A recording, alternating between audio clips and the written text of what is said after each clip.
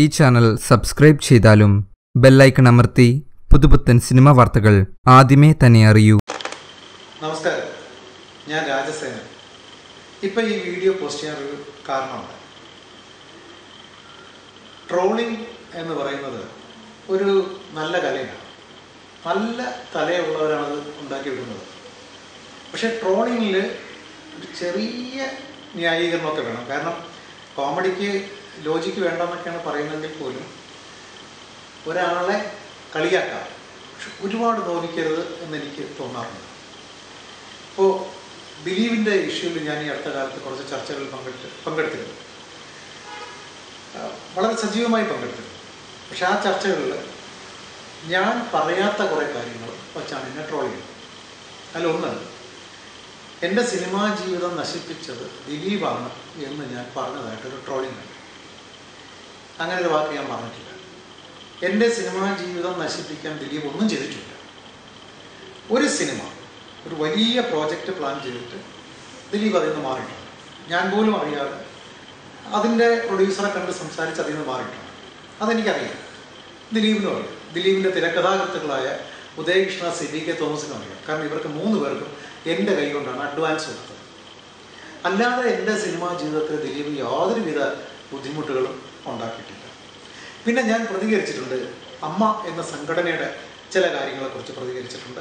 ഞങ്ങളുടെ സംഘടനയുടെ ചില കാര്യങ്ങൾ, പ്രൊഡ്യൂസേഴ്സ് എന്നുള്ള സംഘടനയുടെ ചില കാര്യങ്ങളെക്കുറിച്ചൊക്കെ ഞാൻ പ്രതികരിച്ചിട്ടുണ്ട്. അത് സത്യമാണ്. അത് ആ പറഞ്ഞിട്ട് തന്നെ ഞാൻ ഇപ്പോഴും ഉറച്ചു നിൽക്കുകയാണ്. കാരണം ഒരുപാട് നെഗറ്റീവായിട്ടുള്ള കാര്യങ്ങൾ സിനിമയിൽ ഇപ്പോൾ ഉണ്ട്.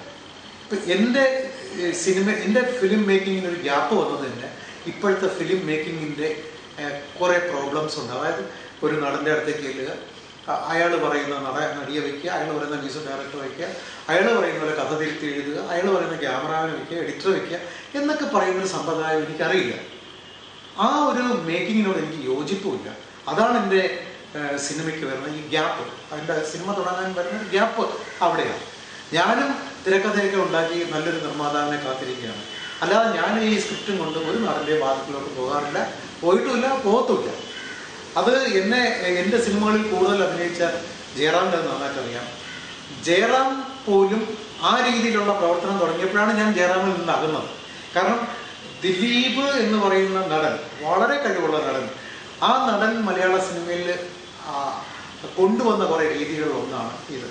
എല്ലാത്തിലും ഇടപെടുക, എന്നിട്ട് ഈ പറഞ്ഞ പോലെ സംവിധായകൻ എന്ന് പറയുന്ന ആളിന് യാതൊരു ഉത്തരവാദിത്വവും ചുമതലയും ആ ക്രിയേറ്റിവിറ്റിക്കൊന്നും ഒരു മാന്യതയും കൊടുക്കാത്തൊരവസ്ഥ സിനിമയിലുണ്ട്. ഇപ്പോൾ അതിൻ്റെ അപ്പുറത്തെ അവസ്ഥയാണ് നിർമ്മാതാവിൻ്റെ അവസ്ഥ. വെറും കരിയേപ്പല പോലെ. ഇപ്പം ഇതൊക്കെ ഞാൻ പറഞ്ഞിട്ടുണ്ട്. അല്ലാതെ ദിലീപ് എൻ്റെ സിനിമാ ജീവിതം തകർത്തുന്നോ അങ്ങനെയൊന്നും ഞാൻ എന്നും പറഞ്ഞിട്ടില്ല. കാരണം എൻ്റെ ജീവിതം തകർക്കാൻ ഒരാൾക്കും സാധിക്കില്ല. ഞാൻ അങ്ങനെയൊന്നും തകർക്കാൻ വേണ്ടി ഒരാളുടെ മുമ്പിൽ ചെന്ന് കൊടുക്കുന്ന ഒരാളുമല്ല. എൻ്റെ ചില സിനിമകൾ മോശമായിട്ടുണ്ട്, അതിന് യാതൊരു സംശയമില്ല. അതിൻ്റെ പൂർണ്ണ ഉത്തരവാദിത്വം എനിക്ക് തന്നെയാണ്. അപ്പം അതുകൊണ്ട് ട്രോൾ ചെയ്യുന്നവർ, ഞാൻ നിങ്ങളുടെ കഴിവിനെ ഒക്കെ അംഗീകരിക്കുന്നു, അങ്ങേറ്റവും അംഗീകരിക്കുന്നു. പക്ഷേ ട്രോൾ ചെയ്യുന്നവർ ഒരു കാര്യം മാത്രം ഒന്ന് ശ്രദ്ധിക്കുക, കളിയാക്കാം, ഒത്തിരി നോവിക്കരുത്. ഇത്രയും പറയാനാണ് ഞാൻ വന്നത്. നമസ്കാരം.